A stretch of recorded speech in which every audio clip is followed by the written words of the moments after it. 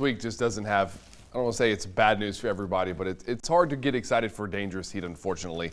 But we will have those good classic summer days on either side of that. But right now, not even really talking about summer weather. 62 degrees outside for the middle of July. That's what we're celebrating. East wind at 6 miles per hour is that first sign of the wind moving down towards the south, which will lead to a warm up. We still have some fairly dry air with a dew point at 59. Of course, that is going to cause it to feel like the exact temperature. Now, the northern parts of central Iowa, look at the mid to upper 50s, especially for Dodge and Iowa Falls, potentially crossing that line of could feel just honestly truly chilly outside. But you get further south and we do have about 60 to 63 degree range. Of course, Atlantic kind of sitting at a slightly warmer spot at 64, but our wind moving to the southeast. We're not going to see this pick up to a major strength as it's transitioning to the south and southeast. 3 to 8 miles per hour this morning, maybe getting closer to around that 10 to 15 mile per hour range later on today, but still nothing that's going to be concerning of any kind. Satellite and radar completely clear. We do have a few clouds in the sky. That is about it, but we do have a weather impact alert set up for Saturday morning. Strong and potentially severe storms. It's a broken line of storms passing through.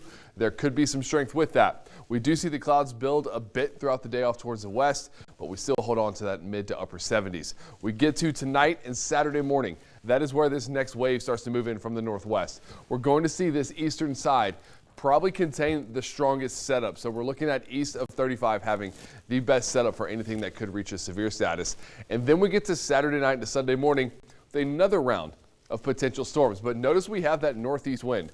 We do have a cooling setup for Sunday that will keep us in the lower 80s, but that northeast wind is also going to limit any kind of severe threat that we could see out of this setup. We're not looking at a lot of organization, just a bit noisy, and of course that risk for heavy rainfall. So for that setup, it falls at a time frame that splits it to Friday and Saturday technically. So slight risk to the northwest, and then of course a slight risk to the southeast means the majority of us are looking at that slight risk or that level 2 risk.